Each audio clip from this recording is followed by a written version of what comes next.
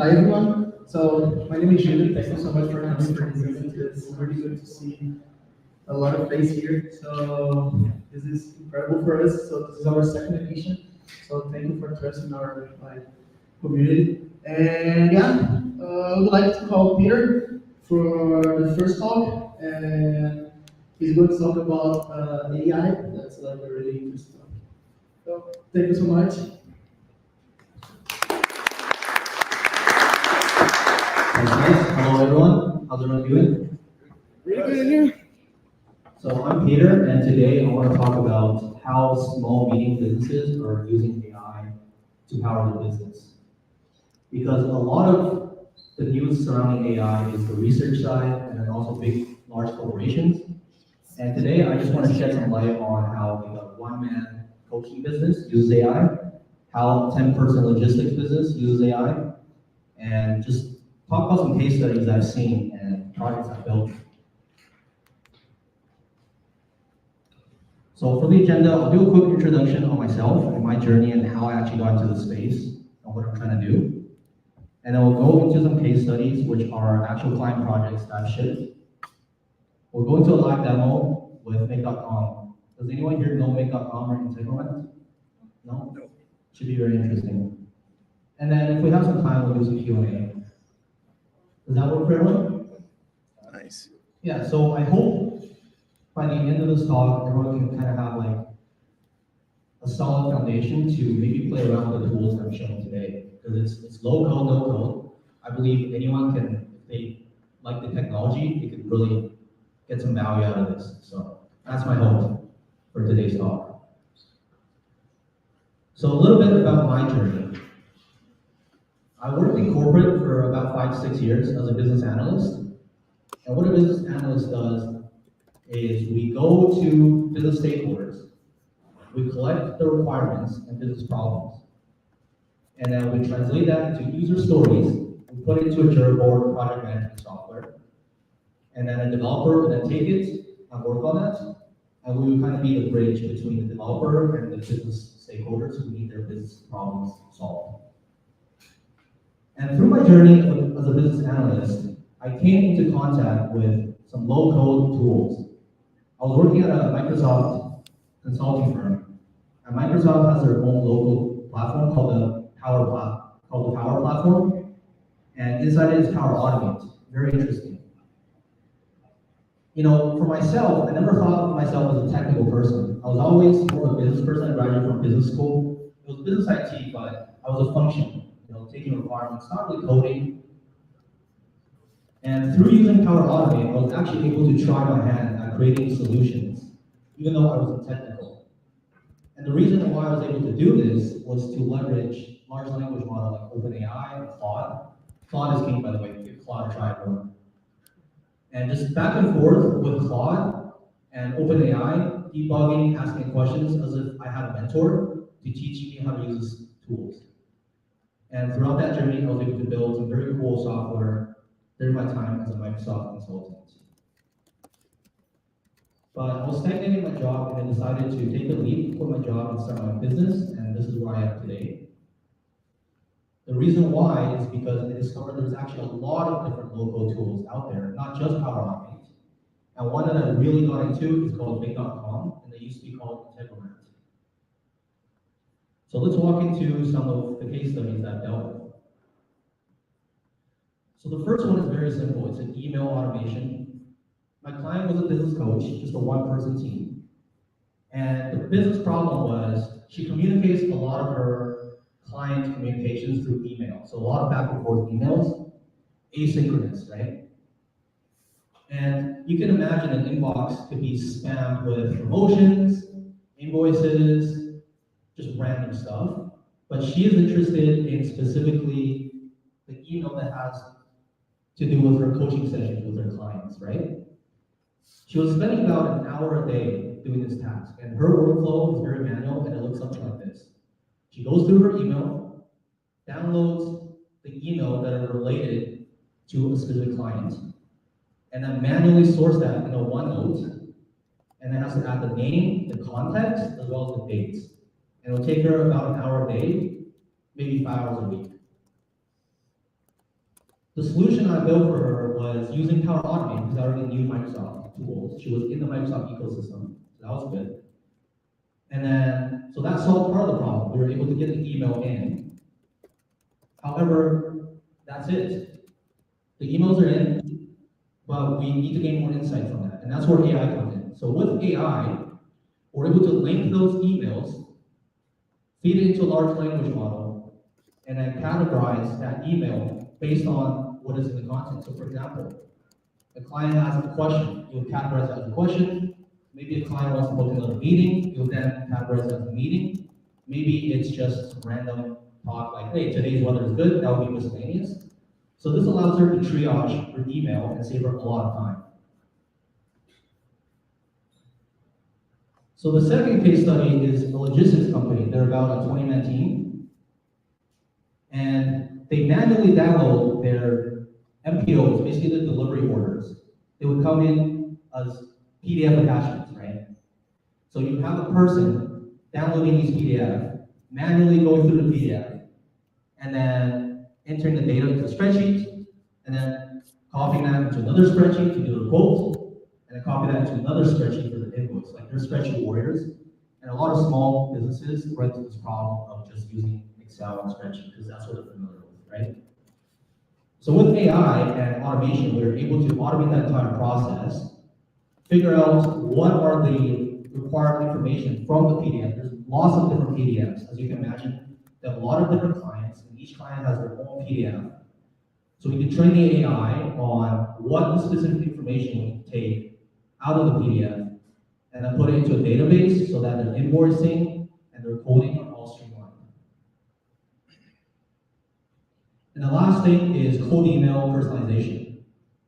So cold email is a marketing channel that a lot of B2B businesses use.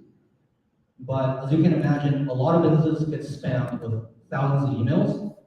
And if you just get a random email from somebody, you're not going to open the email, right? So the problem we're trying to solve is how do we get business owners to actually open these emails and you can get their business. So I run this in my own business and I help my clients with this as well. So what we do is we use programs like Instantly, email automation, and we source our lead list from like LinkedIn Sales Navigator. We can scrape the about section of our leads. You know, maybe they went on a Hawaii vacation or something. So we're able to feed that personalized information into AI and then have it spit out an icebreaker at the top saying, hey, I noticed you went to Hawaii, how was your trip? So that's way more likely to get engagement from your leads than just sending out generic emails and spamming that, right? So I'd like to actually go through the demo of the program I'm using, and let's set up a small email automation. And then I hope everyone can play around with the tool themselves if they're interested, and yeah, it should be very interesting. So let's take a look.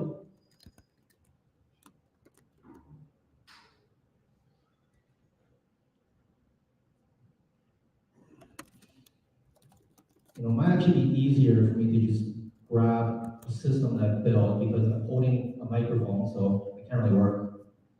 Let's see.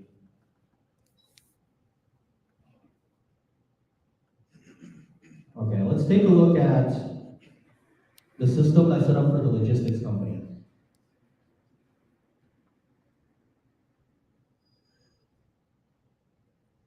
So this is Make.com. It's a very visual software, as you can see. It's basically a software that generates code in the background. This is all JSON. But it's very easy to use because it's low code and it's very visual. And when you deliver this to your clients, they can see exactly what's happening. Whereas if you deliver a piece of software to them, it's like a black box. They don't really know what's going on and they can't really contain it. So when you deliver something like this, they can immediately see the value. So here we start with the email watcher. Specifically, we're trying to query some sort of attachment, right? So we'll grab that, we'll set some variables, and now we throw into Google Cloud Vision. So Google Cloud Vision is a platform that allows us to use OCR, so optical, I don't know what it stands for, but basically it reads PDF files. Right? Optical character recognition. Optical character recognition, thank you. So after it reads that, it sends that into OpenAI, And I'll just show you guys what I have here. So here I have a prompt set up. Just give it a second to load. So our input is whatever we got from our Google Cloud Vision. Here we have a prompt, and basically we're trying to tell OpenAI that you're an agent extracting data out of this PDF, right? So your task is to get the delivery date in this specific format. Very important to add examples, because AI, they don't really know what's going on unless you give them data to train. So here I have some input and output. We want the revision number. And if it's no revision number, then we'll have it as revision number 0. We'll get the account number, the PO number, and also if it's a cancellation, we'll get that. So then we walk down a different path. If it's a cancel, we walk down this path. If it's notify, we walk down this path, and etc. Right? I'm not gonna go too much into detail here. So essentially, the end result is we'll have some PDF files downloaded and saved into a Google Drive, ready for us to process a little bit further. So that's part one of the automation.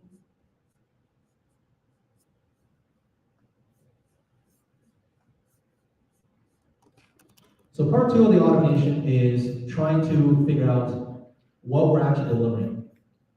The end user here, when they play this, they will type in the delivery date. So let's say today is September 16th. They want to figure out what are my deliveries that I need to do for tomorrow, September 17th. So they'll type that into the delivery date here. I would search the Google Drive root folder for that delivery date. And then we'll parse the data, we'll use our prompt again. So in this case, we're naming the file in a specific format because it's kind of funny. This client, they have a lot of different solutions that they hack together. They have like a little Python code that basically writes specific data out of the Excel file out of the PDF file into an Excel file. So basically, we're bridging the gap here, and the naming is very important. And then we just parse that and then upload it back. So that's kind of what Make.com looks like. And then lastly, let's take a look at the cold email and just walk through some of the platforms that I use.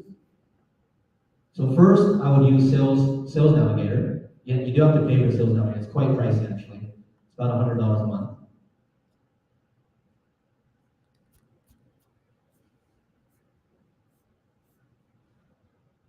So I go to Sales Navigator, and then I can use these things to filter out my specific leads. So let's say I'm targeting, I don't know, marketing agencies.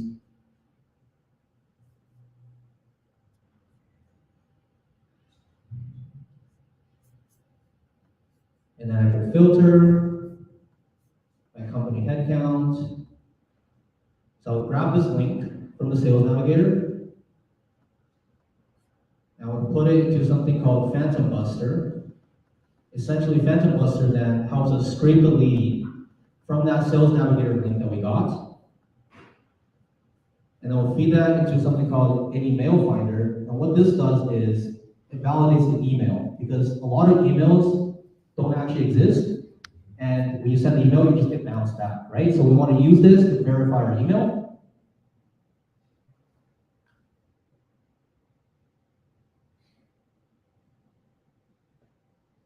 Okay, looks like it's not loading, that's fine.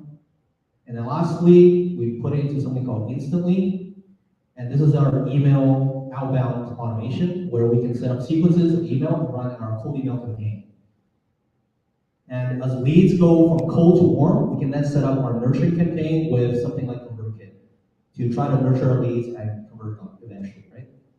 And now the really cool part is you don't need to actually log into all these different softwares. You can link them all up through Make.com.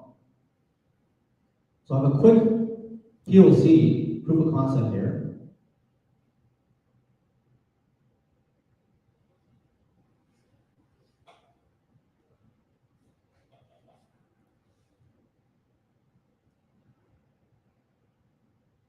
Okay, so for example, we have a watch Google Drive. So let's say you drop a spreadsheet in, that's your raw leads. It gets sent to Phantom Buster to get scraped. And then after that's done, it gets put into an email finder to get enriched and validated email. We'll then send that to OpenAI based off of their LinkedIn summary and their about page, their post. We'll use OpenAI to write a personalized icebreaker, and then eventually we'll drop that into our instantly campaign, and this will be all automated. You can send to thousands of people with just dragging an Excel spreadsheet into a Google Drive folder. And this I deliver to clients, and they're very happy about this. And that's pretty much all I have for today. And I hope everyone learned something. And if you're interested in make.com, please come to me and I can show you guys how to use this. I think it's very cool, and anyone should be able to build solutions because there's not much code here at all. Thank you.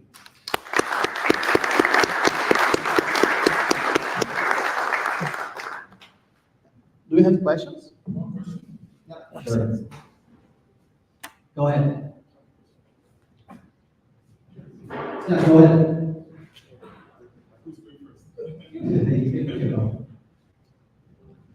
Yes, we got a second one for the online. Hello, everybody. Hello. Thank you for your presentation. I'm just curious though, the next scenario you have for the logistics company, how many operations does it consume a month?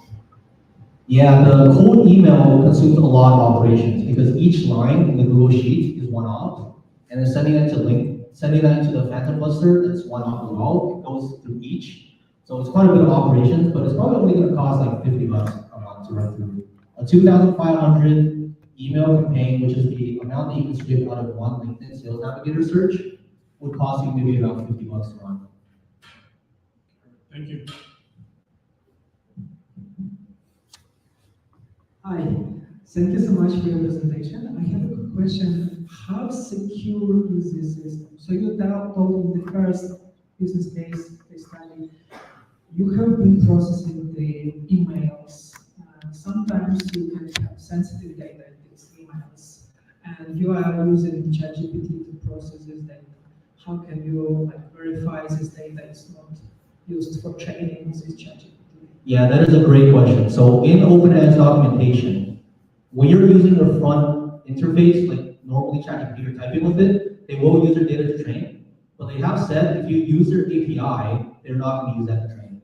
So as long as they're using their API and not using the front end, you should be okay. But of course, you have to take their words with a grain of salt. Any platform, you don't really know how secure they are, right? So. Thank you so much.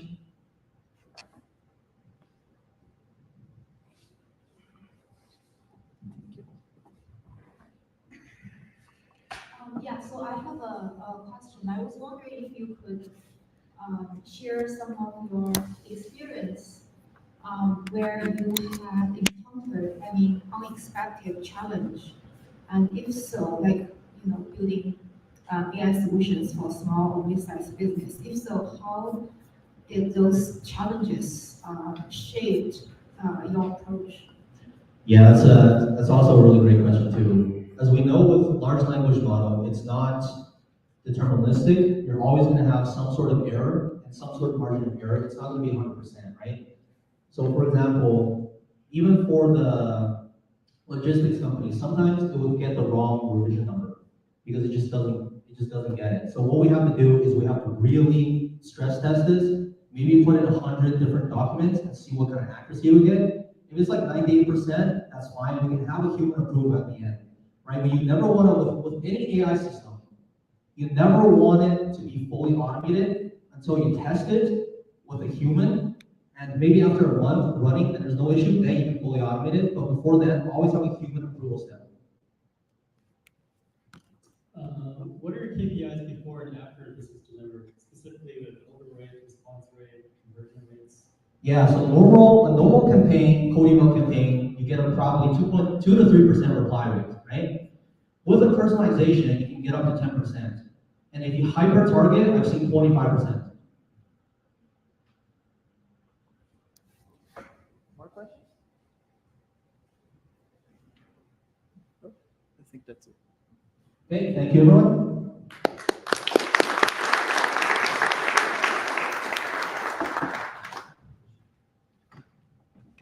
Thank you so much, Peter, for the amazing presentation. Really nice. Thank you. And now I would like to call Philip, our second speaker, to talk a little bit about UX for us.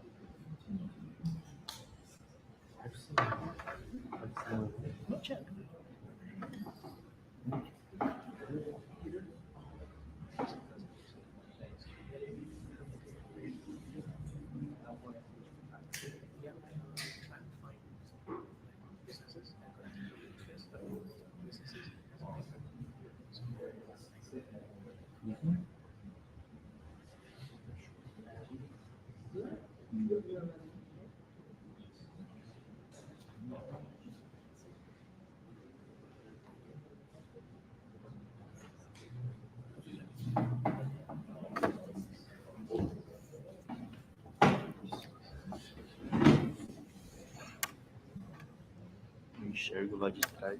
Ah, não dá, né? Philip? Okay. Yeah. Yeah. Now you have. Can you share your screen? There is a present.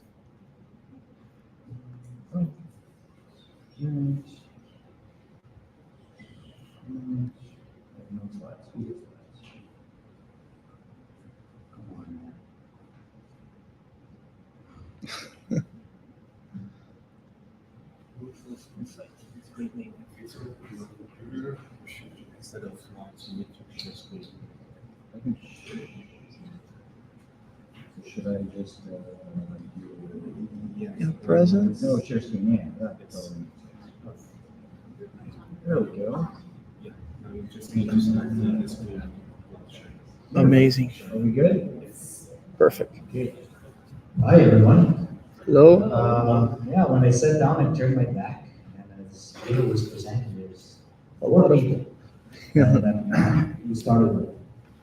To introduce myself, my name is Philip, and I am the founder and lead researcher. And I run my own research company called Ruthless Insights. Now, what kind of distinguishes Ruthless Insights from other UX and market research companies out there is that, not that we're ruthless, but that what I try to do is kind of how can I help companies understand their customers and users for an acceptable price. So without a huge overhead, without downtown offices, I really wanted to be there for the emerging Calgary innovation ecosystem and feed them insights from the users so they can develop better products and services people will use and pay for. So today, what I want to talk about are the basics of it. So how do we understand our users and how do we avoid bias, mitigate bias? We can't avoid it. I'll talk about it later.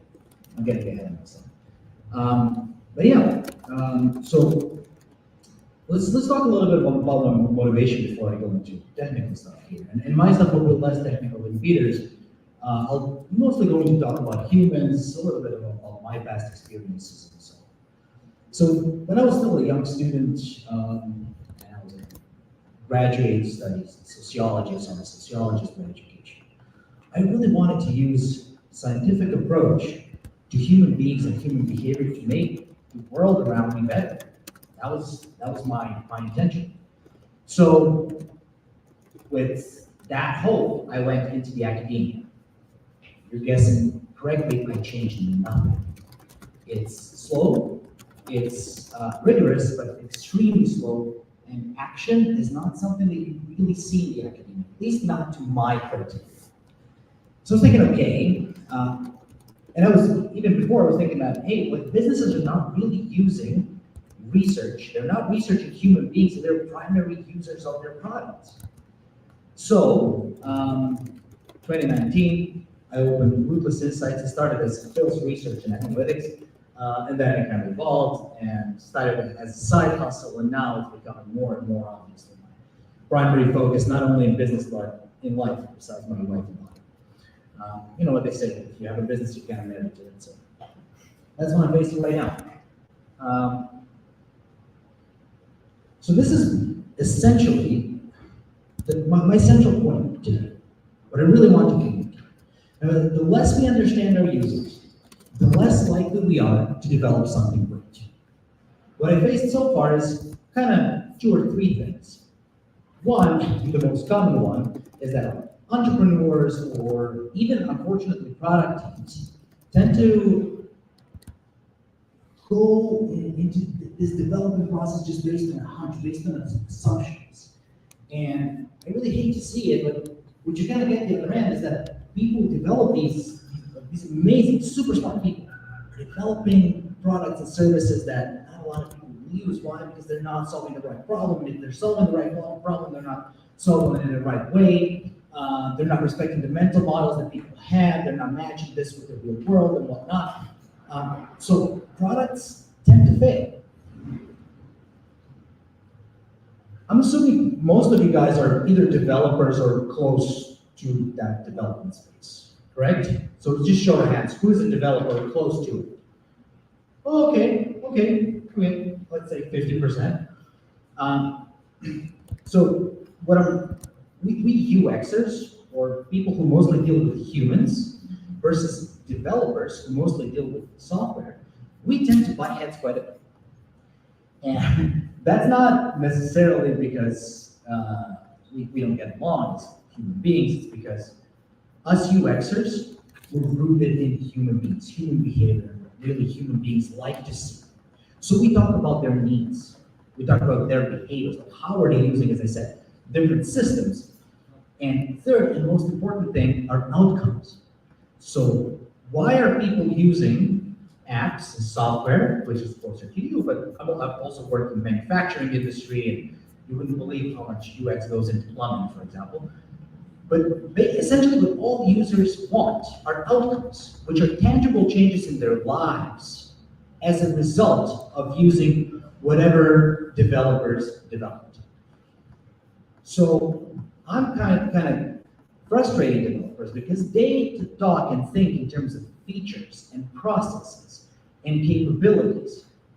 And a lot of times we kind of find similar language and we try to explain, but a lot of times we do butt heads. Good news, we do hug it out at the end. So whenever I talk about understanding human beings in order to develop a better software, I always put this one. And I'm not creative about it at all. I always put the same one because it's the most important one. And it says, in products and service design, the absence of user research has a technical name, guessing. And it's a quote by Jared Spool, and he's one of the UX influencers. If I'm not wrong, I believe he's a UI, he came from like UX design. He's a great advocate for UX research. So now that we know that it's important to understand our users, human beings using our product, we go and we investigate. There are 2 types of investigation that we can do. One is systematic, and the other one is non-systematic. So a question for you, who here thinks that non-systematic investigation can produce reliable results?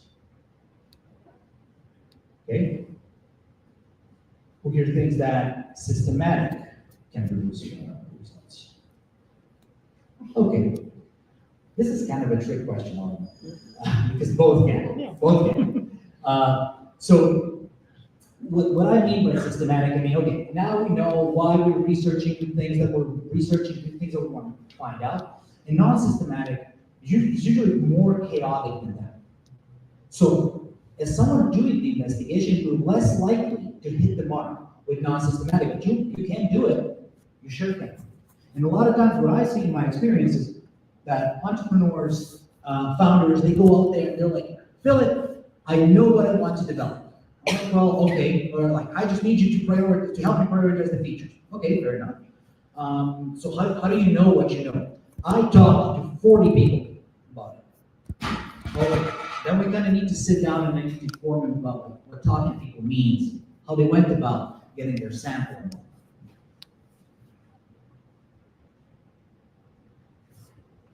So what is then research? It's not just talking to people. It's a systematic investigation and study of materials and sources in order to establish facts and reach new conclusions. So what does that mean? Systematic, and what does it mean to investigation? So systematic is that we know why we do things and when to do them. So when in the process will I do certain things and why? And investigation is I know how to get that information, how to investigate. Like I know which methods to choose to get the answers that my stakeholders need to make those decisions. Sometimes they'll use these decisions to simply mitigate risk. Sometimes they'll use it for other purposes. So non-systematic or systematic, what I call pseudo research, is kind of missing these key characteristics. For example, I said one of the examples is talking to users without proper analytical process or the sampling process, not choosing the appropriate system. So when we talk about systems, we talk about like a research survey is a system. How you approach certain research is a system. If you're not using the appropriate system, you're not going to get the data that you need to make the decisions. And it's not safeguarded against bias. Now, bias is probably, with mental models, my favorite thing to talk about. And I'm not planning to talk more than 20 minutes, so I'll just go fast and then come back. Because I tend to ramble about bias, because I think it's probably the most important thing anyone can think about when they're thinking about product development, and almost nobody's talking about. So essentially, what systematic investigation does, what research does very well, is that it controls two things. One is bias, or whether the things that I'm trying to figure out, am I trying to figure them out in a representative, reliable, significant way. And the second one is focus. What am I trying to find out? What am I trying to gain an understanding on? And at which part of the product development process? So, bias in research. So, bias is defined as any tendency which prevents unprejudiced consideration of a question. Now, this definition is kind of tricky, but I've already explained it. But actually, let me do this. I'll explain it on my own personal example. Exposing myself a little bit here, but it's maybe time for me to kind of open up in a certain way. Question for everyone. Teenage years, your first love. Try to remember that. I can hear some laughs. That's good. Okay. So, when I was a child, I heard about the expression that love is blind. I didn't really know what it meant. Then I turned 16, and I fell in love for the first time. Of course, I liked every single skill to interpret my ex-partner's behavior properly. So every single thing she did that would probably put her in a bucket of bad behavior, I kind of tended to dismiss. And everything else she did that was remotely good was put in a bucket of like, oh my God, she's an angel, right? Well, that's the definition of bias, okay? Now, entrepreneurs and product developers tend to be extremely biased about what they do, and rightfully so, because they're in love with what they're developing. And I would be too. They're people who invested tons of time and energy and effort into developing something that they think makes sense for them, for the people they're working for. But it doesn't have to. That's why research comes in handy. Because if we control bias and if we control focus, we'll be able to provide them with the insights that'll make them hopefully take a step back and say, yeah, you know what? Might have been wrong. So how to mitigate bias? As I said before, we can never eliminate bias completely. Every researcher knows that. But we do have systems and practices in place that enables us to mitigate the bias as much as we can. Now, these are some of the examples, okay? First, you have sampling. Sampling is essentially saying, hey, which people are we going to include in my research? Which human beings? Pretty simple, right? So biased way to do this would be friends and family sampling. Don't get me wrong, I think friends and family sample are great at certain points of a product development. Now we're controlling that focus, right? When we're doing it. But less biased would be using a more diverse pool of participants. Second is the methodology. A biased way to do it would be, hey, I had conversation with 40 people, therefore my research is sound. Less biased way to do it would be having a systematic methodological plan. We'll do 10 interviews here, we'll take these people, this is what makes this sample appropriate. Then we're going to iterate, do some more interviews and more. The third one is the analysis. Biased way to do it is just look at data at the face value. A lot of times I get asked, okay, what did, out of the, I don't know, 15 interviews you've done, 10 people said they wanted this feature, therefore we must develop this feature. That would be a very biased way to do it. By the way, you should never ask human beings what they want in interviews. And less biased would be having a robust analytical process which uncovers the meaning behind the data. So less biased way would be for us to ask, okay, why do you want certain features? Remember when I talked about outcomes? What kind of outcomes would you like in everyday life if you had this feature? Now, why I should never ask people what they want which features is because they just want outcomes. They don't care about features. Most of them. So, what is then the role of research in user-centered product development? So when we say that a company or a team should be user-centric, that's kind of the term that you see quite a bit nowadays, and it's one of those sexy things that companies are putting out there. We're user-centric. For me, it seems that I put here into your users, customers, and clients' needs, but I would add the word intimately. Intimately knowing your customers, being intimately in tune with their needs. So if your customers or users need A, why do they need it? What is the background of that need? So when you have that, you're in a position to develop something really good. So we want to be user-centric. Why? It's because if you develop something good, you're more likely to develop something good.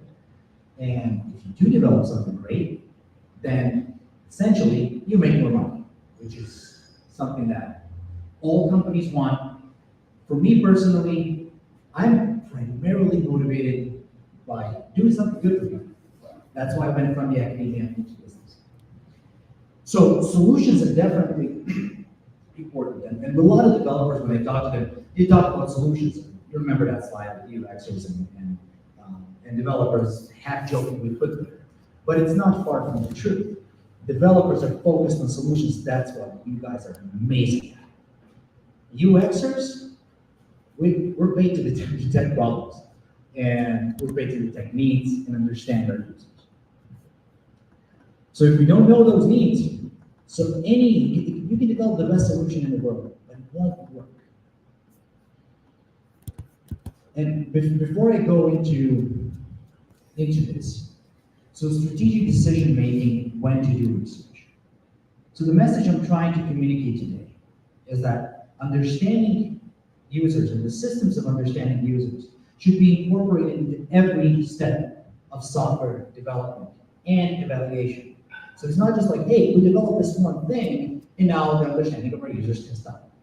Actually, it's quite the opposite. We built this based on understanding. Along the way, we made certain hypotheses. And now that we have to develop actual thing, we can go even deeper into understanding our users. In my experience, my career so far, I have yet to see a product that failed because the team understood their customer base too well. Literally 0 times. So there are kind of 3 stages, and that's how I do research. And this is very close to the truth, but it's not a complete truth. Because we can kind of switch certain perspectives based on how team works. But in a nutshell, this is a good illustration. So please take it as such. Now, first, we can do research before we develop anything, or we just have the idea, okay?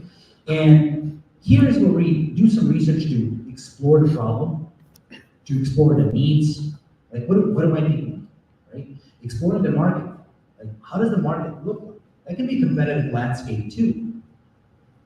Who is my competition? How are other people trying to solve that particular problem, whether they're trying to solve a particular problem. And here is where we kind of generate hypotheses. And those hypotheses are not rooted in hunch, they're rooted in data. So these hypotheses are pretty strong. Like, okay, now I think I know what people mean. I think I know what the problems are. I also think I know what the magnitude of this problem is. Just because the problem exists, it doesn't mean it needs solving. It needs to be a problem worth solving. So we go into phase two. We say, okay, you know what? Let's try to develop some either prototypes or wireframes. That's a software example. With physical products, it's a little bit harder because you have like physical prototypes. They're more costly to develop. So if you miss the mark, it's more costly than the software. One of the reasons why I like working with software. So here, at the second phase, we're looking to validate these ideas. Like, okay, this is how I'm planning to solve this problem. Is that a valid solution? What are the mental models of people that are going to use my software? We can do this. Go and test. We can do this by competitive research. All of those methods. This is the phase where we also test prototypes, no matter what the fidelity level of these prototypes are.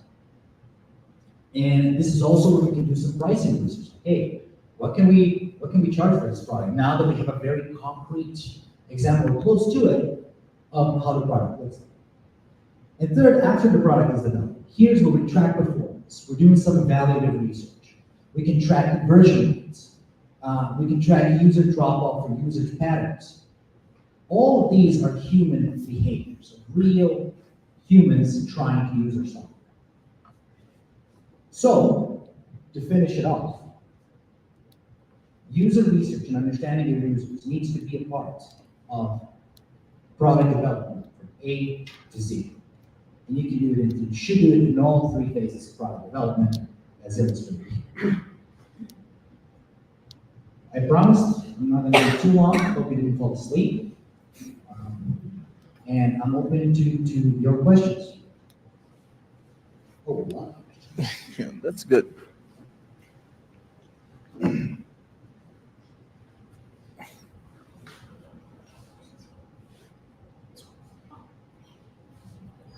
thanks for the presentation. So I'm just curious, when you develop user research, either systematically or unsystematically, what is, if any, the difference between B2C versus B2B? If it's a consumer versus enterprise users. That's by the way a great question.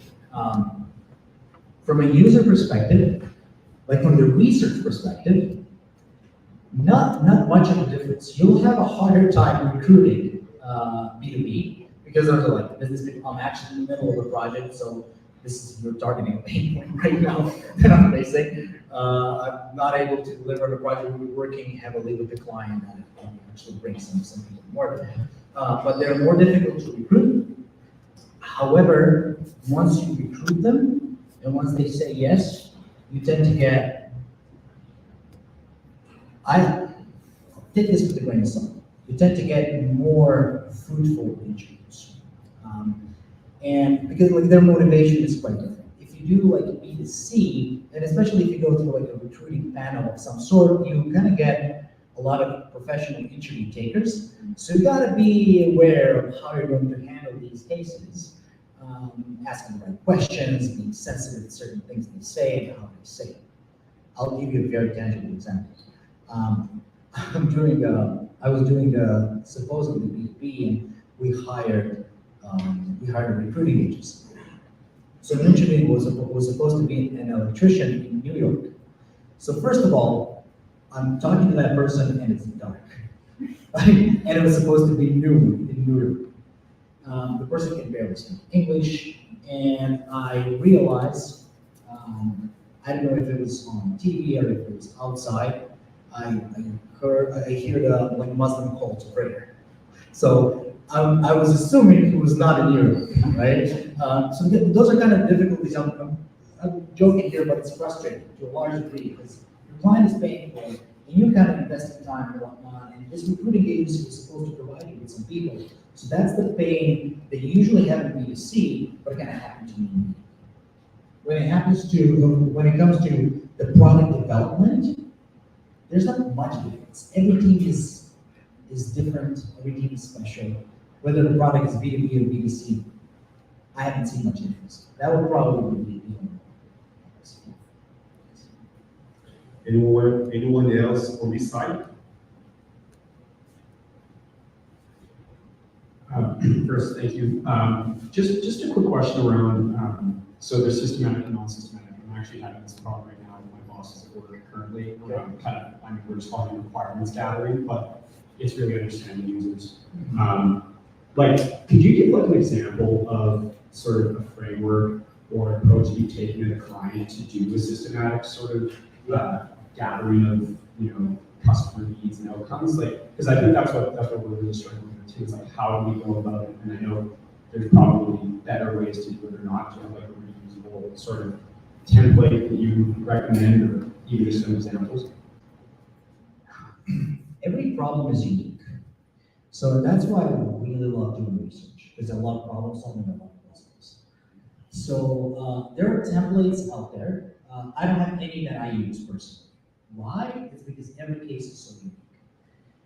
But if I understood your question correctly, you're trying to kind of pull your boss towards systematic requirements gathering versus non-systematic. Like, hey, just go out there and talk to users, right? So usually what helps me when I communicate that with clients is bias, asking them, okay, what do you like, what of all the things that you've seen here, what confirms that your product is a good product?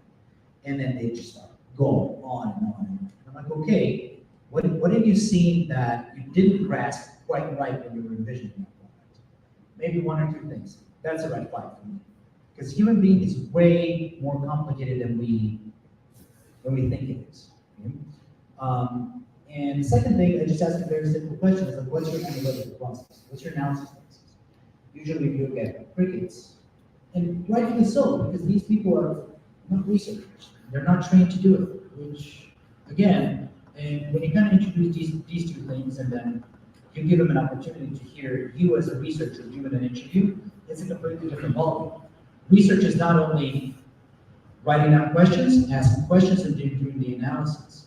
It's also a skill in which you as a researcher, in a split second, need to make a decision which rabbit hole to go into. It's like, hey, the user said something interesting. Why is it interesting? How can that possibly contribute to development of my product? And then, whether you're going to ask questions about that, or you're going to ask questions about something else, you need to make that decision in a split second. For that, any training. And I'm talking just about qualitative research right now, so there can be other methods too. So I know I'm not answering your question 100%, but is that at least close enough? Yeah, absolutely. Yeah, I get that. It's just client. I see the same thing, but Yeah. I was just trying to see if there's a way that we can, approach the take that's kind of. I mean, there are good sampling practices out there. Yeah. There are good interview practices out there. For sure. A good book about that would be, I forgot the name. It's called, Bryce, remind me, what is it called? The Mom Test. Yeah, the Mom Test. That's a good That's a good book about product discovery. It should be enough to get you going. But since I help startups, just like if you need me for 45 minutes or an hour of my time, I'm not charging for that. I don't care. Contact me through LinkedIn. Write down my email. I'll be happy to sit down and have a chat with you, and maybe I can help you. If I can help you, perfect.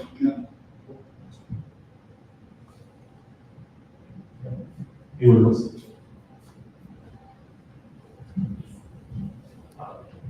Yeah, great presentation. So when you mentioned on your customers intimately, so I'm curious, like from my perspective, I used to be like a stock analyst, and I pivoted to a developer. And having a like, computer science background, I found that my experience helped me see things, ways to improve things that other people didn't in my role. Have you ever considered like, knowing your users intimately, it's like being one of them, and like spending time with their role, using the tools to import that in practice? 100%. 100%.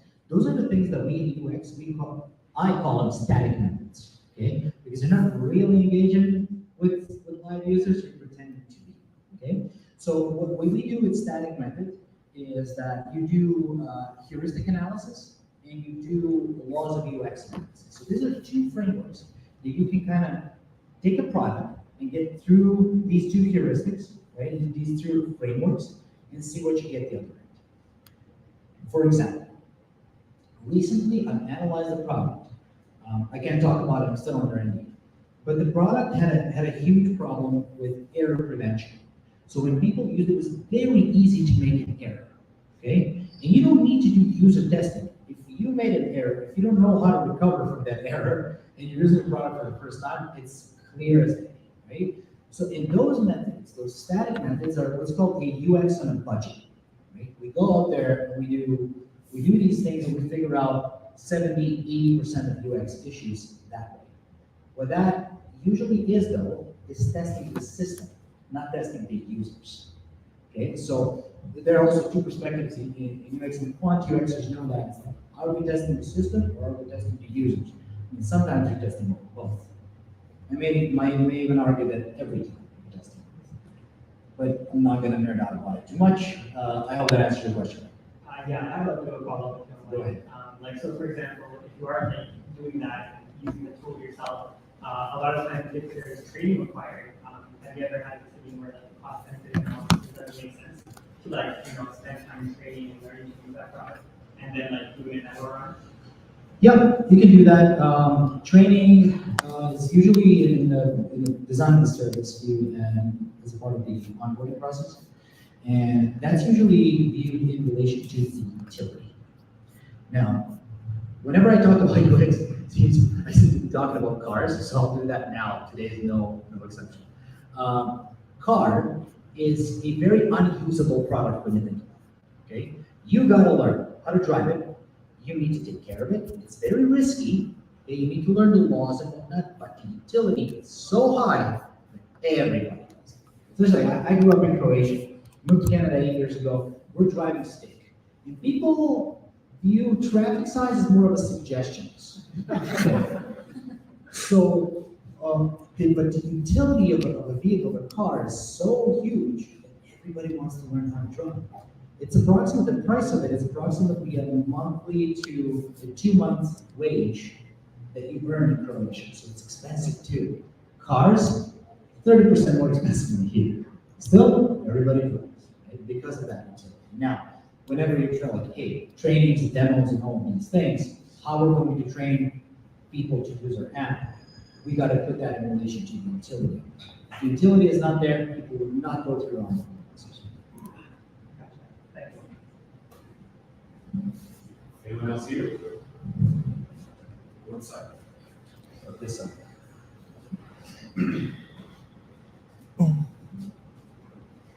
Hey, so I was wondering, to reach product market fit, is that something you can actually try to plan for, or is that something you kind of just log into? You don't like into. That's so something you plan for. That's an option, yeah. Something you plan for, and you plan for it based on data that you get through systematic investigation, which is research.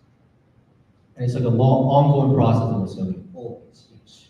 Because the market is changing the same way that human beings are changing, because the environment around them is changing. We call these things intervening variables, which is like the variables that intervene into everyday lives of your users, customers, human beings, and user products. And then if you keep researching, and you see variation, you then need to ask yourself why. If you don't have the answer why, great, that means you need to do more research. Awesome, thank you. Thank you. Hello, do you ever do like research for like people with disabilities, and how do you kind of bring that to the attention of, say, like company stakeholders? People with disabilities. I personally haven't had any experience with that. Accessibility is a big part of UX that I just haven't had much experience with. However, when you're creating systems for wider populations, such as surveys, okay, now you're going out there and you're serving a whole lot of people.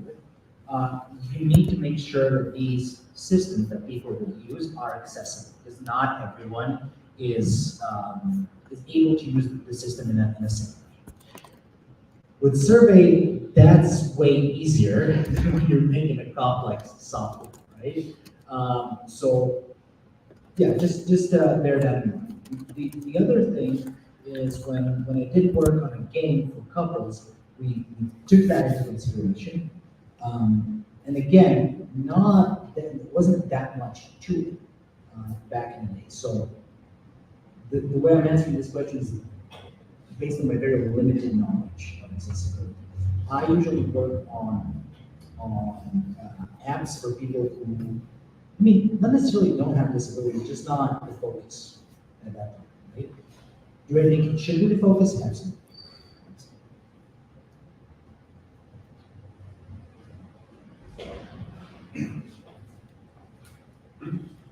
Thank you for a great presentation. My question is, are there any particular tools you would recommend to use for quantitative and qualitative analysis? And for, just basically figure out how good our user experience in product design. Yeah, absolutely. So for quant, I'm using Alchemy. So sure, yeah. I mean, we can even talk later. I can do it. I'm using Alchemy for quant, and I'm talking about primary quant research, right? Which is usually in my experience surveys. A/B testing. There are plenty of softwares out there. All of them are good. And it depends. You can even work with a developer. When I was working for Chorus Entertainment, you can even work with a developer to kind of launch different sites, and then you're tracking analytics behind the sites, and you're going to make up your own A/B testing if you know what your data is on, what you exactly track, what your metrics are. When it comes to qualitative research, I've tried many. I was not satisfied with any, including the analytics software. I'll say this. AI is amazing. It's terrible at qualitative analysis. Terrible. How do I know? I actually tested it. I was curious enough, and I had time on a project that I had beginning of this year. I tested ChatGPT, and I tested MaxQDA, which MaxQDA is a software that we use, QDA, which means qualitative data analysis. So MaxQDA is a software that's made for qualitative data analysis. So what I did is I inputted my transcripts and videos and whatnot, and did the same analysis that I did then manually. Okay, so of course I did my analysis manually first, and then because I didn't want to ruin it, and then I did it through AI. AI doesn't even analyze it at a junior researcher's level. It misses nuance, and that's extremely important when you're trying to talk about people's needs. Missing complexity and sacrificing complexity for the sake of understanding and simplicity with human behavior can be your downfall. Because human beings are complex. We're complex creatures.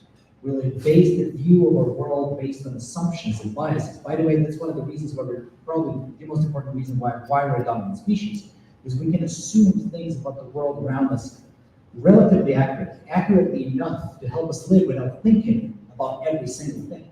Like, I don't have to think about this laptop as being, oh, a button or a plastic square, and then the letters. I know it's a laptop, and I can use it. Right? That's kind of an assumption. You assume today this is why this interaction works. You assume that I'm going to come here and talk about research. If I started dancing here or doing whatever, that would kind of be reading, right? And it would mess up that assumption. So based on that assumption, you can have this interaction, learn from each other. So what I'm trying to say with this is that because human beings have all of these things, and we like to think we're rational, we're not.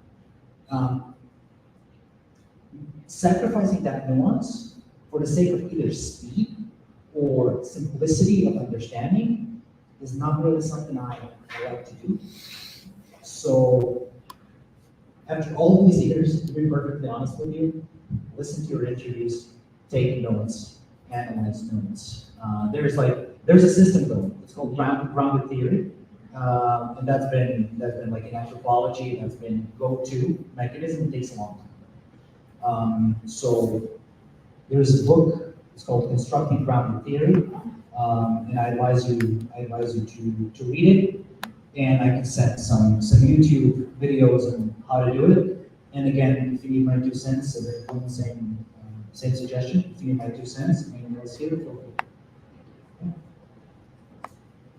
On the note of long test, you just showed out, you can never train a founder to be a researcher, so please stop trying. But I found you can train a founder to ask a couple of good questions before they start pitching.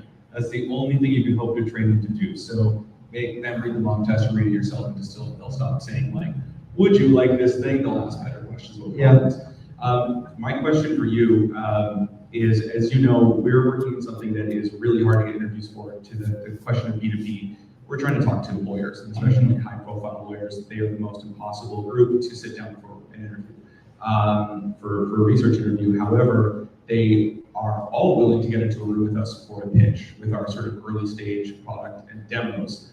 I probably have a couple minutes in each of those meetings to ask some questions that I think some of us might be in there. We're in the room with our customers. We can probe things. We can, what would you do in that situation? What questions would you be asking with an early stage demo in front of them to do better than, to your point, what feature do you want or do you like this feature?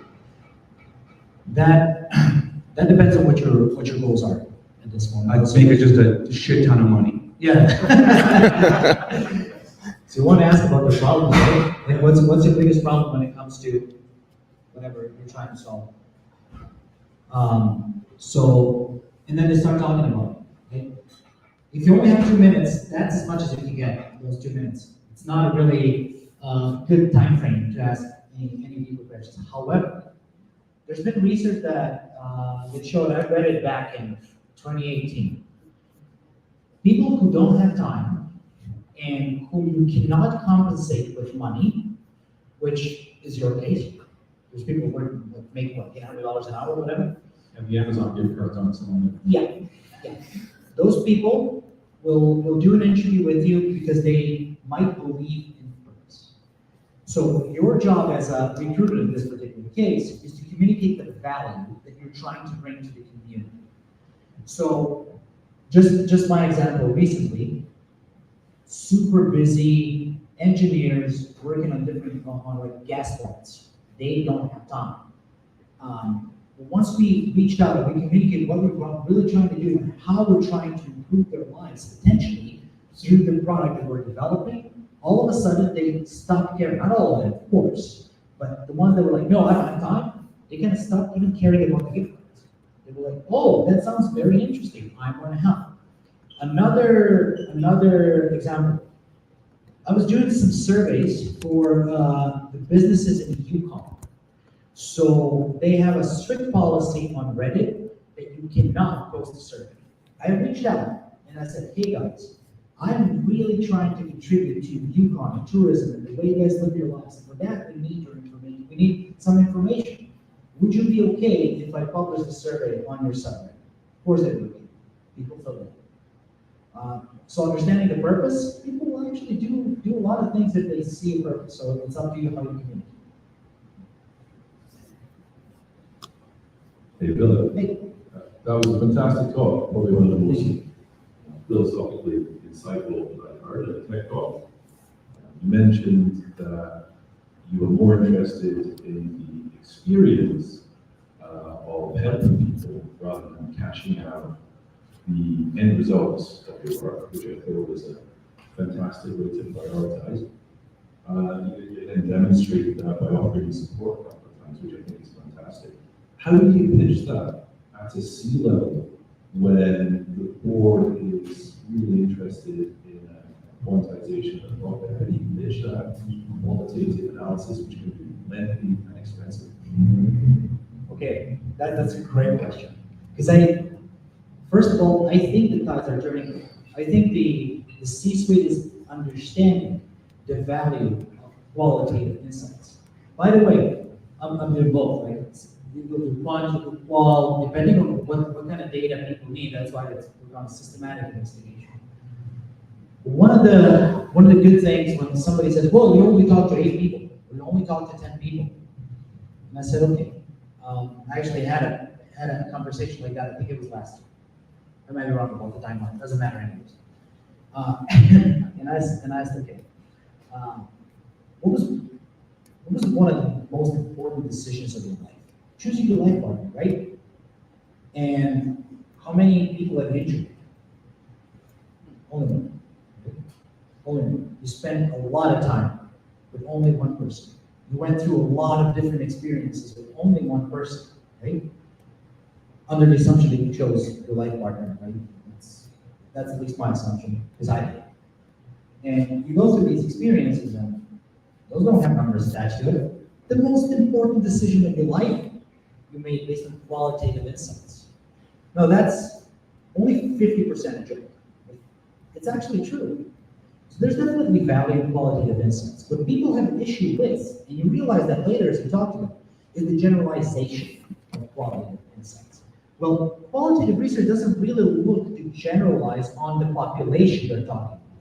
We generalize to theory, or the principles that we discover through these interviews. So, in other words, when you do qualitative research, you ask, what kind of problems do people face? How are they trying to solve them? What's out there, essentially? You're trying to go out there and gather as many things as you can, trying to find a common thread, so you sit in frustrated in the basement for 2 weeks, and then you come out with something. Common principles, which are essential theory. This is why the analysis is called grounded theory, which is essentially a theory, which is, again, like a bunch of hypotheses based on data that we're now going to test even further, right? So then I'm talking about very like foundational research. Now, based on that, you say, okay, now I know all the problems. How many people have that problem? And then you go out and you do a survey, and now we can talk about generalization, right? But if we talk about companies who have a C-suite, who the companies that have enough money to finance, they usually don't have a problem with financing a multi-stage mixed methods research that will give them pretty tangible finance. They can then offer business. But I don't think that in most cases, qualitative is as good as a standalone method, and neither is quant. Yeah. Mixed methods is the way to go, and that's really case to case dependent. Right? Okay, nice, thank you. Anyone else? I'm thirsty. We need to do water. Anyone else? So this is it. Perfect. Thank you.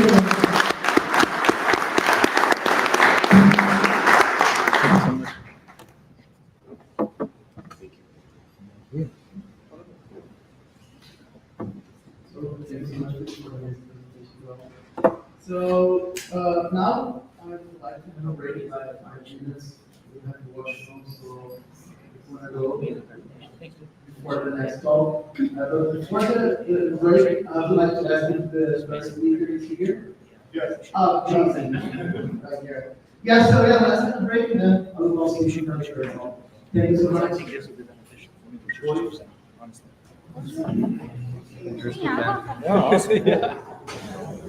Market research.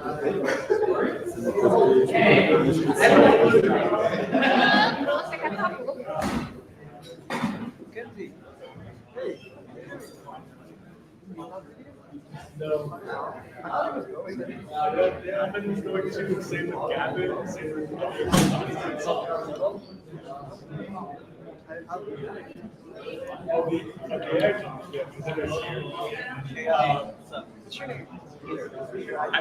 I came in late, so I didn't. We talked about like several use cases that use AI, specifically with the site of income. So income allows you to kind of pipeline your process. So say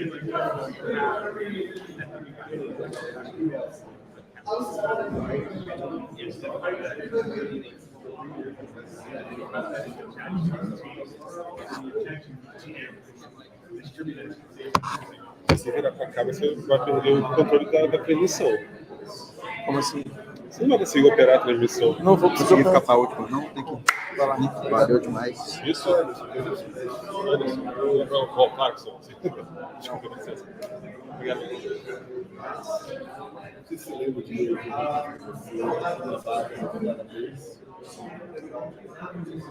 E outro que tivesse funcionando para levantar disponível para assistir. O que eu faço aqui, se fosse Calgary ou eu vim para cá com um programador aqui.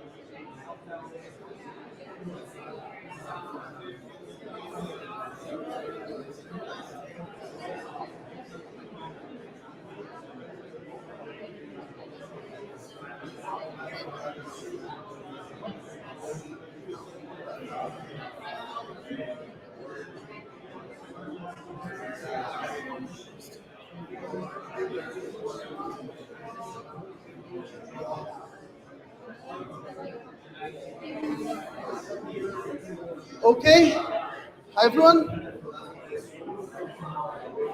Yeah. Are we prepared for the next talk? Hello, hello, hello. Yeah. Nice, yeah, thank you. So yeah, I would like to call here Stephen to talk a little bit about like cybersecurity for us. And thank you so much for coming for your presentation. I really appreciate it. Thank you very much. So here's, if you need anything, it's yours. James, thank you for having me. It's very cool. You can just like plug it here. Yeah, no, use both. Yeah. Use both? Okay. Yeah.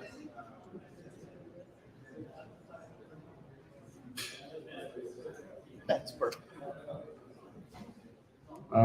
Since it's the future, we're all going to be in charge of all of the advanced technology as usual, and it's pretty much like the most fun I've had, besides spending time with people, is technology.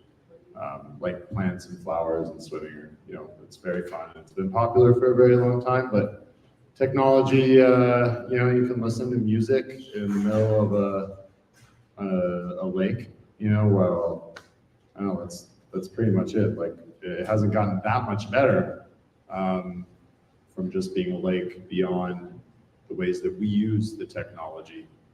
And as an example, having a speaker at the lake is, it's the kind of thing that lets you think, it lets you relax, it opens up the doors of the mind, the doors of the soul, perhaps. And because we're connecting to technology that can be used in different ways, and because one of the primary, or maybe even the only way that technology really resonates with us is in the way that we spend time together, in the way that it connects us, having the oversight for what technology is capable of is sort of the constant process, and new ideas and new applications, as both speakers before me have illustrated so incredibly, like the ability to derive value from just a new idea or a new perspective on the simple application of software can create quality time with your family. It can create income that gives opportunities to people you've never met, people you've known your whole life. So I've seen technology be applied in both the defense sector as a very necessary sort of application of a new idea, because what a technology can be used for is kind of what it will be used for. But in our communities, as we develop what technology can be, often until someone creates a new application like Uber or Skip the Dishes, those massive changes to our day-to-day life, from you can only order Chinese or pizza to I can have it all, is really what we're touching. And it really breaks down a lot of the barriers in what communities have been built around, with, you know, the horseless carriage being, you know, maybe the first real technological shift that started to bring people who would never have interacted together to the internet, to laser communications, to something as simple as bulk ordering groceries with the neighborhood that you live in to save on costs using a software development app that's inspired by Skip the Dishes, DoorDash. So I am excited usually by the ways that people constantly find to implement technology in their day-to-day life, and ideas that had no application beyond the Defense Department suddenly become super connected into our day-to-day life, where something as simple as video games that you start to be able to play with your friends morph into communities that your closest friends are in. So as we start to integrate our oversight of these technologies beyond just the requirements of having a Defense Department, we start to see the opportunities and our creativity connect amongst each other. And we start to look at some very basic shifts in how oversight is applied, because the technology that previously wasn't in our communities becomes integrated in the daily expression of life.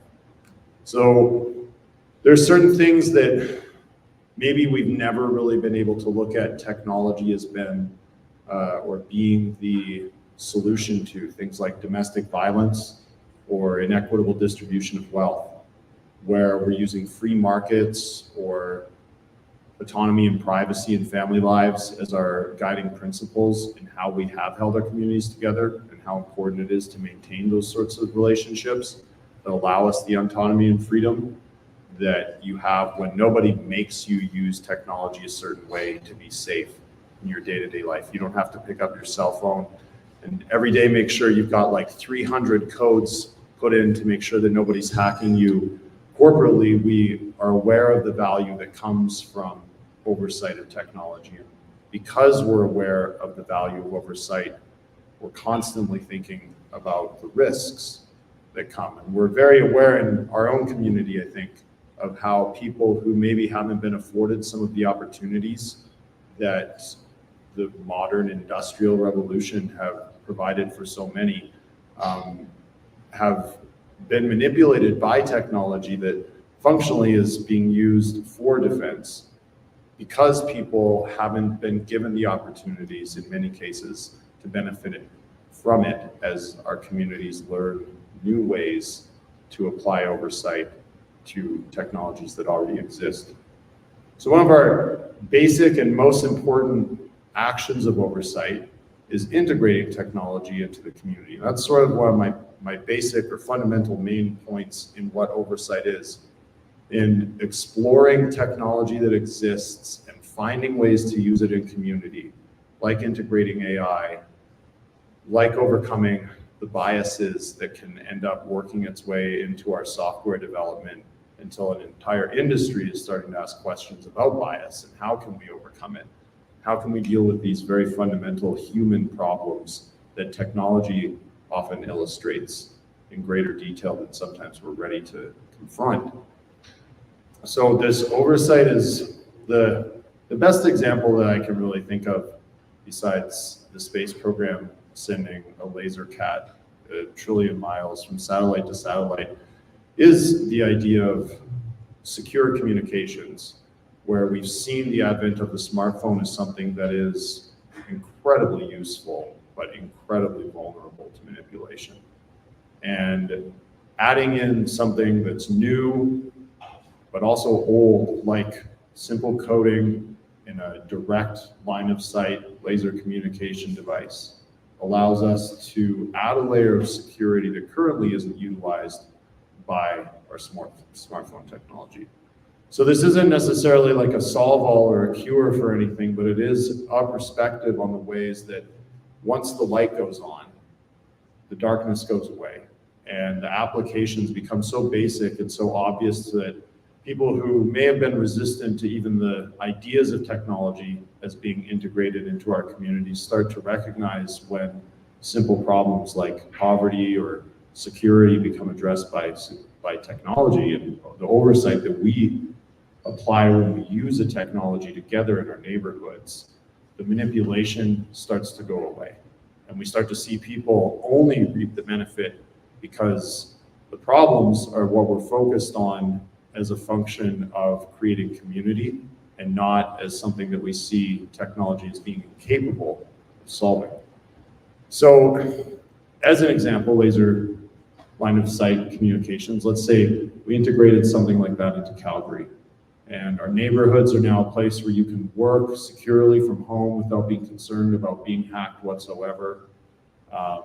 You could even have an AI that is capable of monitoring domestic situations where problems have been identified in the community, and you can have a closed circuit system that is capable of interacting with some of our municipal, I don't know, not necessarily law enforcement, but like what we have built as a community to respond to mental health crises. You have maybe children who are growing up in foster homes.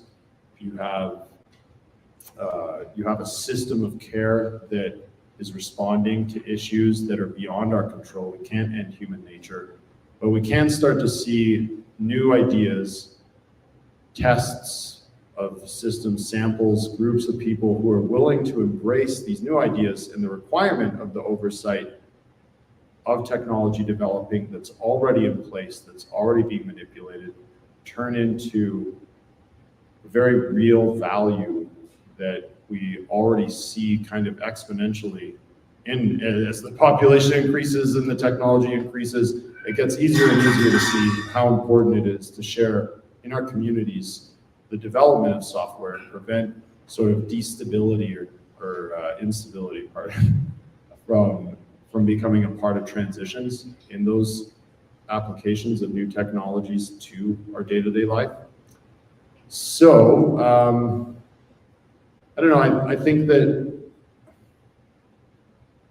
I'm wandering through this a bit, but basically, when we start to apply technologies to the idea of community development, I think oversight becomes sort of the byproduct as we look to integrate the functions, because we're pretty smart and technology allows us to, in the aggregate, work together and say, what is this capable of, what is it not capable of?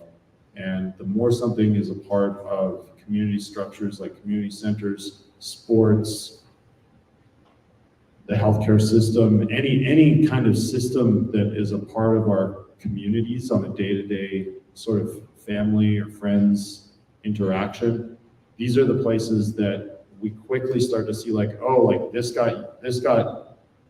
app was used, like Uber is kind of like a very scalable example, but something that is capable of recognizing a missing value structure, putting the metrics together of what efficiencies can be added to the value structure to produce the analysis or the outcomes or the productions of the actual capability, and not the sort of fly-by-night requirement of the technological development curve, which is we don't know what it is, we don't know what it's capable of until it starts happening.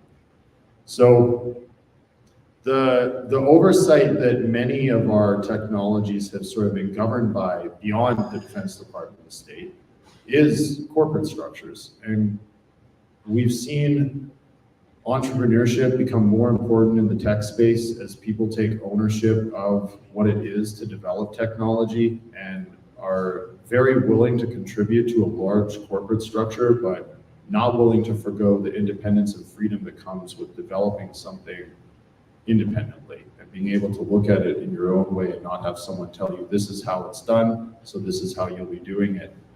We know that there's some value to that, as the Philippe described in his research, that there's that systematic approach that's great and it works incredibly, and we have huge tech companies that are able to help many people across the globe from the sort of foundation of industrial enterprise, which is first world countries. And we also have that sort of freedom that people have fought for in the development of keeping as simple as keeping the ability to subcontract from large companies or have the internet be something that isn't necessarily modified by the hope of what it should be, and a constant willingness to accept what things actually are as an individual on your own.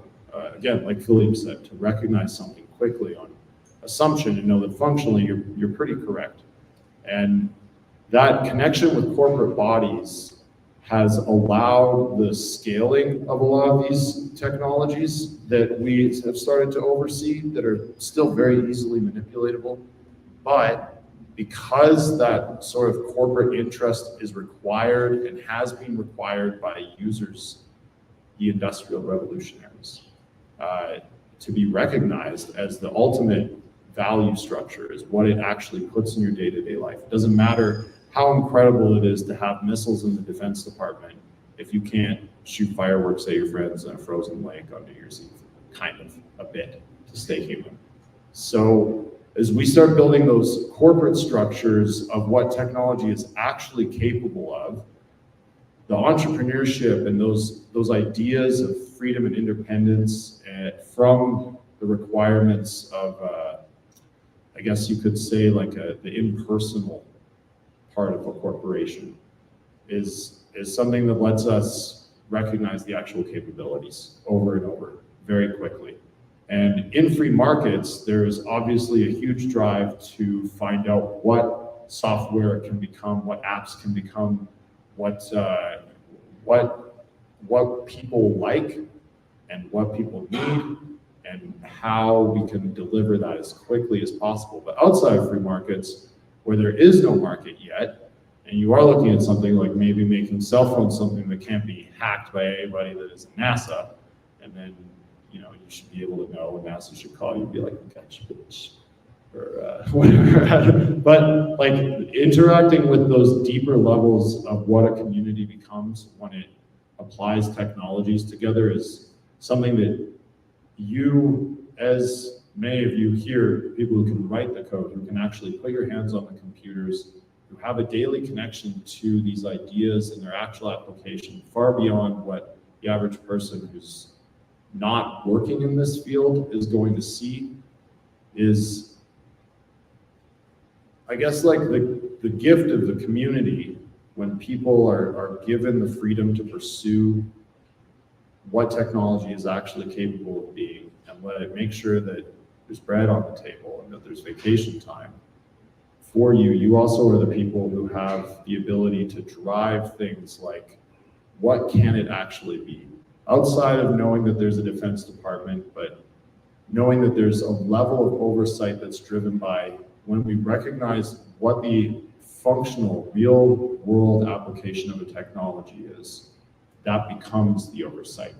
Just knowing what it actually is. Learning that a cell phone is a bat cave is very cool, but it also illustrates the vulnerabilities of the technology for people even to, in some cases, accept that this is what technology is. It is a bit of the finger of God touching the motes in our eye and letting us see how easy it is to miss out on how much it can give, because there are people who will take from technology as well.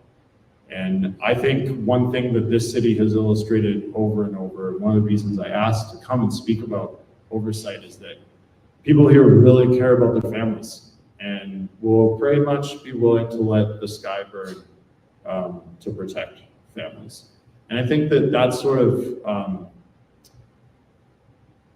I guess, heart, really, I didn't want to say heart because it's where Heartland gets filled. I'm not trying to be corny or anything, but we've already really integrated a lot of what technology can't have, even though it's capable of having it, because we've said we actually care about the lake time. And I'm pretty chill with having a wireless speaker and a smartphone. I don't necessarily need to have a rocket ship in my backyard. It's cool, and it'd be cool to have an unhackable cell phone, but I can also make peace with carrying something that's capable of being a surveillance device in my pocket, even if, radio broadcasts about Martians maybe maybe make it seem like that could be a bad thing. The more isolated, the more private we are, maybe that is oversight. So, yeah, I think the new leaf for the brave new world that technology is unlocking is probably for many of us a bit of touching the stars and a bit of going to the lake with our families and not having to worry about if big data metrics are being collected about us by people who have nefarious ideas and behavior modification plans in place. You know, like, these are very real dangers that technology poses because of its capability and because of how easy it is to miss the oversight, because we don't know what it is. But the longer we have technology, the more we become aware that that is a part of it, is not knowing what it is. And just that awareness has let us start to very quickly, I think, realize capabilities theoretically and applications in the real world for theory, for ideas, for computer modeling, for software development, for exploring sort of overcoming bias, overcoming the gaps in analysis that leave questions that then once a system is in place or technology is in use, we're playing catch up to go backwards and find out where we missed the period in the HTML time. So, and that's about as far as my tech experience goes, is HTML. So I feel like I'm speaking with some very smart people here who know details that I don't think I'll ever need to because of the way that I've seen technology. I think everyone has seen technology sort of grow and become a community development and not just a project of the state or a project of free markets. And people constantly are looking for that wireless speaker on the lake. So I guess my challenge to this space and to all of you is to look at what you can invent far beyond the applications of free market or state or what technology can be in just one moment, one glimmer of an idea in one person shared in the aggregate in events like this can quickly extrapolate into something that creates security and autonomy for individuals and for families and for corporations to continue to develop technologies. And perhaps I believe in our oversight as a community, be able to make the idea of technology something that is only exciting and something that the sort of technological force that the unknowable is sort of removes a bit of above ground nuclear testing and developing prosthetics with neural connections from amputations from IEDs. And these are our challenges as people who recognize and have sort of been given a bit of the Midas touch here in our daily lives and have a bit of that freedom to know the details of potential. And I challenge all of you to look for those moments and those new ideas to integrate what already has been given to us in a way that sort of exemplifies what a horseless carriage is supposed to be. It's not supposed to be a car crash. It's supposed to be a Sunday ride with the family to visit grandma. So I think I see that happening, and it's very cool. And I think that the reason I see it happening is not because of my work in the software development field, but because of people in the field who are developing oversight and are looking for new ways to build family and build community. And it is very exciting, and it is fun, honestly. It's really fun to think about what those new wireless speakers at the lake are going to be for people that, you know, maybe someone in this room is going to pump out. Maybe like a cat that shoots laser out of its eyes for us to play with. So that's my talk, and I made it up, and I hope it was real, and it helped, and was not too short, because I volunteered for a 15-minute talk, and I was told it was 30 minutes. And I was like, well, that's why I feel like I wanted to do this. So, yeah, thank you.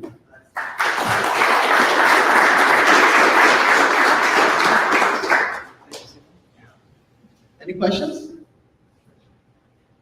Nope. So thank you so much again for your presentation. So yeah, now we just finished our presentations. So thank you so much. for everyone, for all speakers. And I just want to show our website here. So if you have like a presentation, you want to become a speaker in our community, you can just come here and you can submit your talk, and you can also submit your article to be posted here in our blog community. And yeah, so our next event will be, I'm not sure, will be 17th? Yeah, it will be in October, but I mean, we're going to put this new event here in a new card. But if you go to our meetup here, you can see already all of the upcoming events here. So basically, see more events.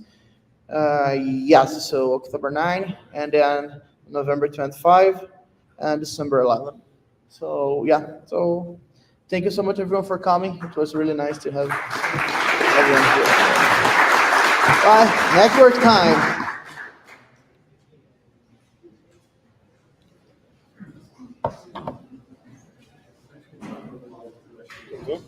Thank you so much for organizing such a nice event. Thank And you you so much mentioned for that it's coming. possible to volunteer to just share some knowledge Yeah, on product definitely. Tudo bem. designer, and I can do Yes. some talk on, I don't know, maybe Figma or any Thank you so we much. can think about. So what do you need Later. from me to? Yeah, so basically Yeah, what you need is if you can send your presentation right here, so have this button called submit your talk. And then Okay. if you click here, we just have some fields like I'll just name. make a picture of your That's website, perfect. just so Perfect. I know where to find it. Yeah. Só falar com o Steven se a gente pode postar lá um negócio de computador. Yeah, and I mean, And yeah, yeah, the space is we'll open. get from I there. mean, you can, I mean, if you want to talk about design or anything else, I mean, please. It Yeah, would be nice to definitely. have. It's really awesome. Thank you. Great opportunity. Thank you for it's really Yeah, it was a really nice very one, cool. right? It was like our second edition. We started like Yeah. 1 month ago, Yeah. and we can see a lot of potential. We have a lot of people coming, so yeah, definitely. Perfect. I'm really Thank you looking forward so to much. it. See you Thank next time. See you. Bye.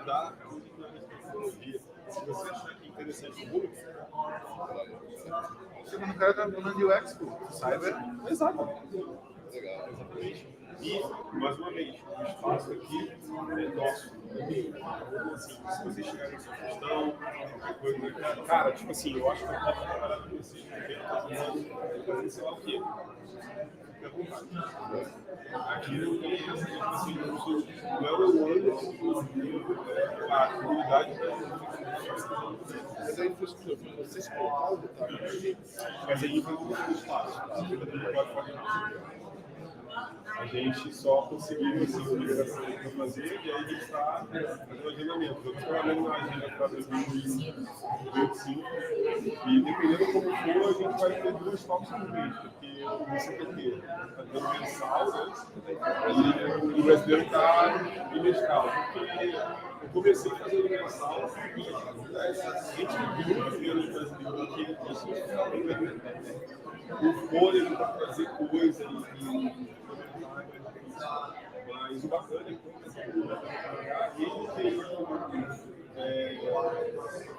quem fala português tem que fazer também na forma. Então vem e mais uma vez, querendo expor em inglês, vocês estão me vendo, sabe? Só daquele WhatsApp de Calgary. Eu não sei se tem outros, é o único que eu esse é o evento, que número? O CPT é a segunda edição, mas a gente para a quinta edição do Betec. O Betec começou em janeiro, só que a primeira edição eu fiz esse ciclo na biblioteca. Eu acho que eu lembro dessa conversa. Depois eu levei isso para o Park, o pessoal de downtown pilotar os dois assim, aí aí eu fui lá algumas vezes, o problema de Park é que, tipo assim, é mais perto do centro, é mais perto do sul, mas ao mesmo tempo é longe, tem ônibus, Meio termo que não agrada ninguém. não agrada ninguém, tipo assim, os outros ficam super vazios. Na época também uma posição de emprego, então eu passava por mais caro. Mas nessa transição vai ser no máximo 30 dias antes. Eu nunca tinha dado certo. Aqui não, não sei se foi a gente já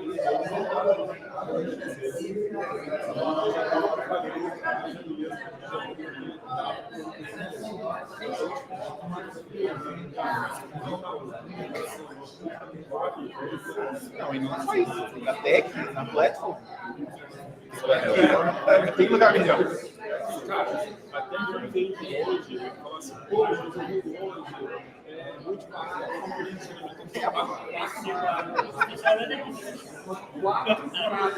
estacionamento, não tem como você reclamar. É isso. Acho que a gente está num lugar muito assim. A info toda, televisão, som, microfone, só essas coisinhas aqui que são minhas, que via para mim está em 35 anos. Eu ainda estou. Você vai fazer tipo carro. Já tá. Durante a palestra. Já tá, ele faz, já teve assim, tem gente, eu vou muito música na gravadora, Tech Talk tem menos audiência que ele faz, porque eu acho que seria mesmo só Mas quando tem o PRT, o pessoal até assiste mais. Eu acho que a pegada estava sendo diferente. Tech Talk, ele tem bem técnico. Eu tenho tentado balancear, então eu sempre tenho uma palestra um pouco mais algumas técnicas e outra mais preparação profissional. Ou especificamente vai ser um mais algumas palestras que eu estou devendo muito agora vou concluir ela começou a consultoria. tá gravado. Tá gravado. Tá, não consigo mais. Essa é uma que fosse conexão agora de janela. Mas eu vou transmitir até o dia. Assim, ela foi cortada, eu vou testar, vai subir. E ela vai terminar essa. Então, ela vai fazer uma câmera geral atrás, terminar o que aí a coisa boa. Tipo assim, é o que eu falo. Tem pessoas assim, que podem terminar. Então, estou bem seguro, eu acho que vai ser bem legal.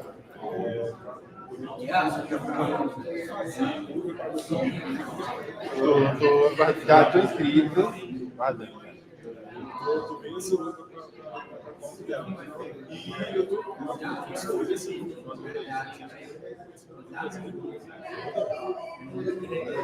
Mas a sugestão faz site. o TikTok, eu mesmo realizado os vídeos do site, eu ainda não fiz site. É uma coisa que eu consegui fazer, eu talvez procurar uma coisa que fazer. Mas quando eu não consigo eu não consigo se eu da ideia, escola e faz. É isso.